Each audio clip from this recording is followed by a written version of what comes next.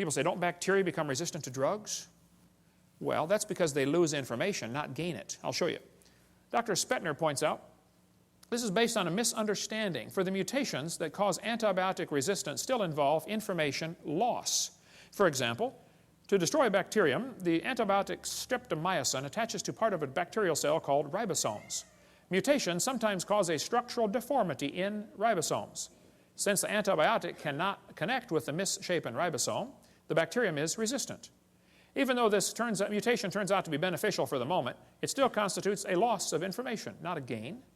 No evolution has taken place. The bacteria are not stronger. In fact, under normal conditions with no antibiotic present, they are weaker than their non-mutated cousins. I'll give you an example. Suppose somebody's coming through town and they're handcuffing everybody, taking them off to jail, and then they're going to kill them. But you don't have any arms, so they can't handcuff you. Ha ha ha. Is that a beneficial mutation to not have arms? Well, yeah, for the moment, okay. But in long term, it's not beneficial, okay? And so all the examples they ever point to are bacteria becoming resistant to drugs. That's a loss of information, not a gain. Evolution is based on two faulty assumptions. Number one, they say mutations make something new. That's never been observed. Number two, natural selection makes it survive and take over the population. Evolution is actually a religion of death. In order for evolution to work, one animal evolves a little better than the rest. What must happen to the rest of them to make this thing work? They got to die. Or else the new improved gene is swamped back into the gene code. The question is so simple and profound. Did man bring death into the world like the Bible says? Or did death bring man into the world like evolution says? Somebody is wrong. Textbook says there are mutations, and they are the original source of variation in populations. I agree, mutations happen, no question. But mutations do not produce any evolution. Mutations are scrambling up existing genetic code. They're not making anything new. Here's a five-legged bull. That's a mutant. There's no new information added. He already had the information on how to make a leg. It just made one in the wrong place, that's all. It's not new information, it is scrambled information. Here's a short-legged sheep. Again, no new information.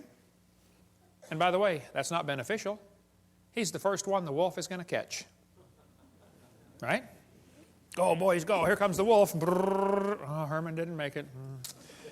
There's a two-headed lamb. That's a mutant. It's not beneficial. Two-headed turtle. That's a mutant. Not ninja, but it's mutant. Okay. Now, he's going to freeze first winter because nobody makes a double-neck turtleneck sweater. He's just not going to make it. Now, scrambling up the letters of the word Christmas will get you all sorts of different words. But it will never get you Xerox, zebra, or queen. The letters aren't available. This textbook shows the kids a four-wing fly, which, by the way, cannot fly. And it says, boys and girls, normal fruit flies have two wings. This mutant has four. This rare mutation, like most mutations, is harmful. Then it says, beneficial mutations are the raw material for natural selection. Now, hold on a minute.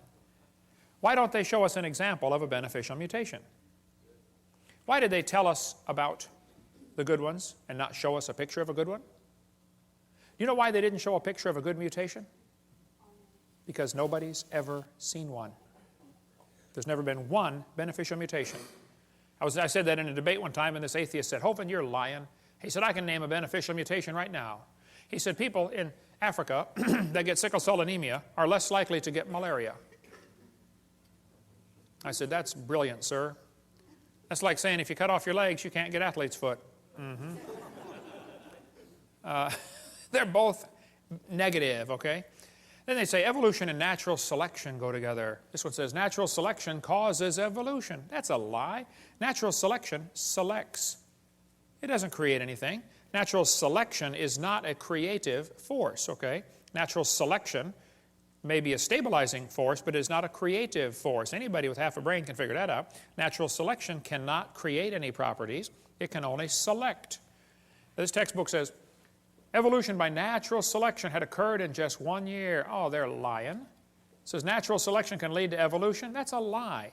Natural selection selects. It doesn't create a thing. If you worked in a factory that made cars, how far is the Saturn plant from here? Pretty close, isn't it? How many of you work? Anybody here work in the Saturn plant? Okay. Suppose you worked in quality control. Your job was to check the car when they got done building it, you know, kick the tires, slam the doors, and drive it around, see if it runs. If you caught every single mistake, they don't, by the way, but if you did, okay, how long would it take that quality control process to change the car to an airplane? You say, Hovind, quality control can't change it to something else. Oh, I know. Only design engineers can change it.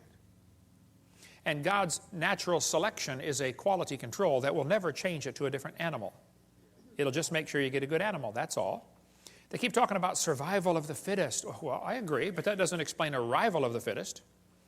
And even survival of the fittest is pretty shaky. It's what's called a tautology, a sentence that means nothing. I'll show you. If you say, Professor, why did it survive? He'll say, oh, because it's the fittest, you know, survival of the fittest. How do you know it's the fittest? Because it survived. How else can you tell? Oh, I see. Look, if a whale goes through a school of fish and eats 80% of them, it's not survival of the fittest. It's actually survival of the luckiest. It's possible to have a good observation and still come to the wrong conclusion, you know. That's what they did with the fruit flies. They put them flies in the laboratory. They nuked them, microwaved them, x-rayed them. They did all kinds of mean things to those flies, and they got some weird-looking baby flies. They got flies with curled wings. They fly around, bzz, bzz, bzz, bzz, couldn't go anywhere. They got flies with no wings at all. What do you call that? A crawl or a walk? Can't fly. They raised all these mutated flies in the laboratory and said, you know what, folks, fruit flies refuse to become anything but fruit flies. Well, duh. So they said all mutations produce flies that were inferior to the original fly. Good observation.